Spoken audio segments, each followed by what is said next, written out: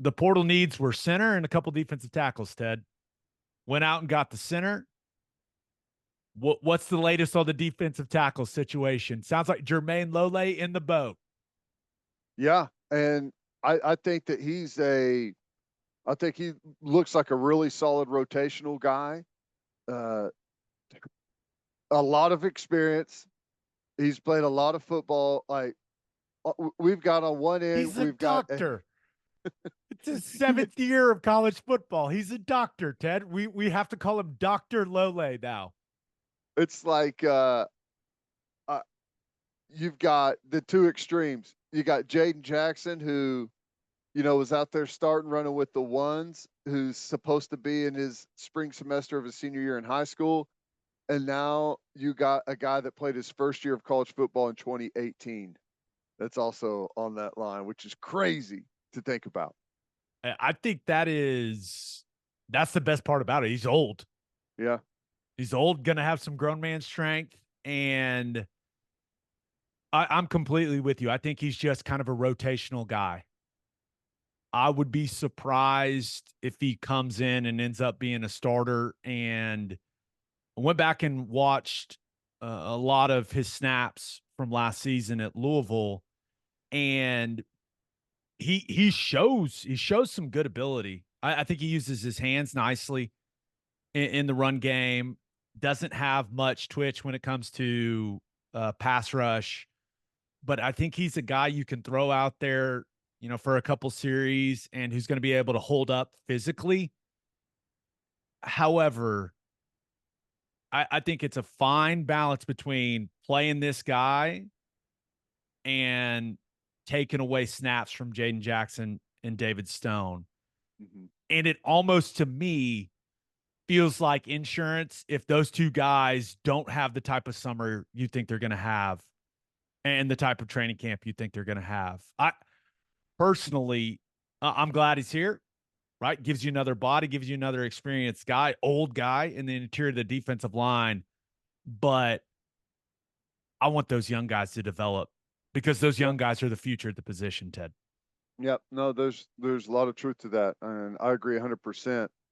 We all know we've seen it a lot. Now, to me, like Jaden Jackson, he, he doesn't seem like a guy that's going to fade a whole lot, but it's a lot to ask for a freshman to come in on the line of scrimmage in the SEC and play an entire season and not have any fall off. I mean, you almost never see it.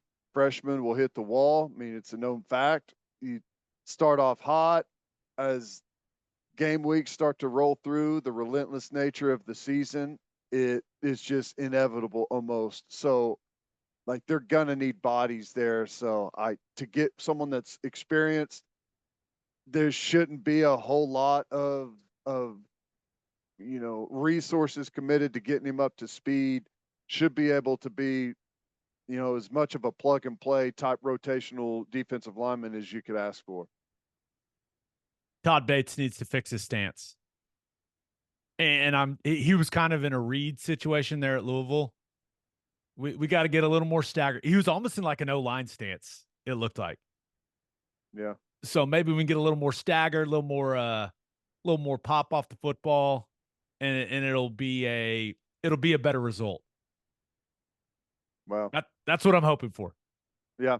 And I think it's going to be interesting because we saw them in a four-man front, the defense, pretty much, I think it was the entire spring game, but they're going to be a multiple front defense, and they're going to have some guys playing in a true three-man. They're going to stem around. They'll play bear. They'll do a lot of different things up front. So to have some different guys that have some different strengths, like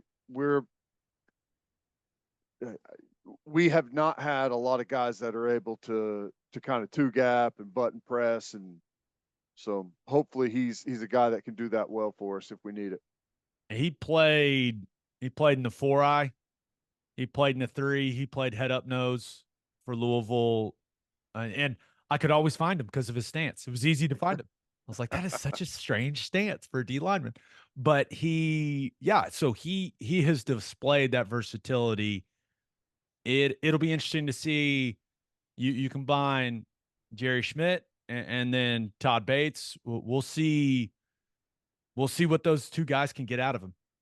And I'm hoping that he can elevate his level of play. He did have a season way back in the day in 2019 where he did have 6.5 sacks for Arizona State. So let's get him back to that level. Pre-COVID, 6.5 sacks. That's impressive. Yeah, I know. So Jermayne Lole committed.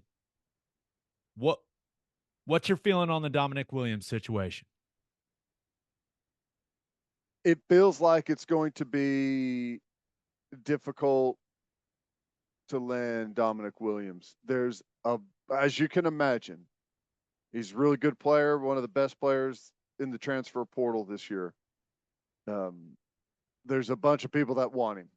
So there's a very, very high NIL price for him. And it's all the big names that are out there that have deep pockets that are swinging for the fences on Williams. I think if everything was equal, I think Oklahoma would probably be the leader, it sounds like. But I don't know that everything's equal money-wise. And I don't know. I'm told that there's a lot of influence, outside influence on him as to where he's going to go. And I don't know the dynamic with any of that.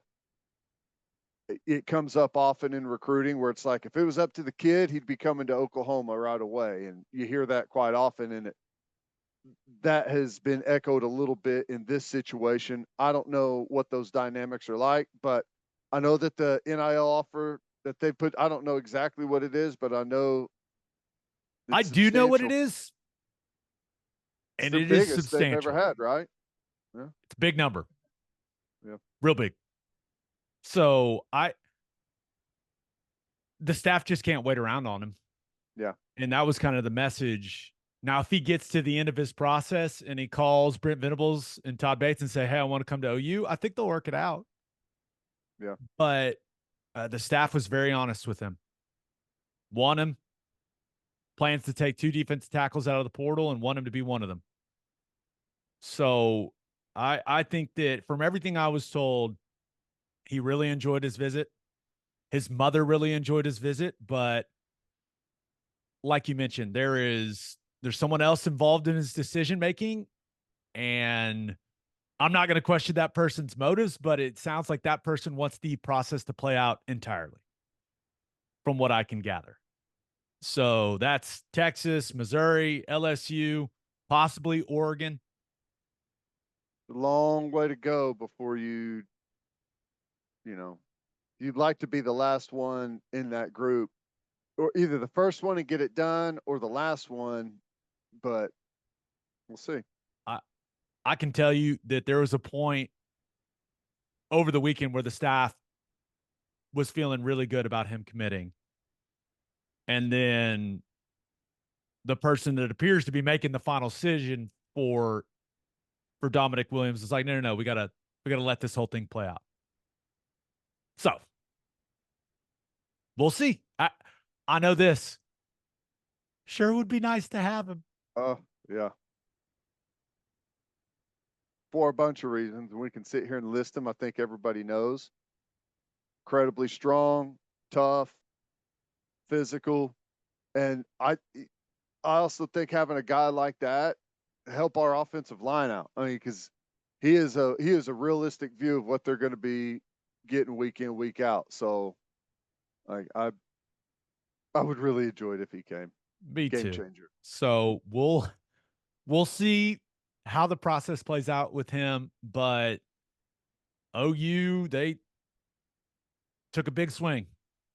So I mean, if the guy wants to go to all the other places and see what those offers look like, then that's just kind of is what it is. But another name to keep an eye on is Michigan State transfer defensive tackle Simeon Barrow, supposed to be in Norman this weekend. He took a visit to LSU, and as far as I've seen it, didn't commit there. and it's almost shocking when they go somewhere first and don't commit. So it makes you feel like you've got a chance. So we'll see if anything comes of that, Ted. But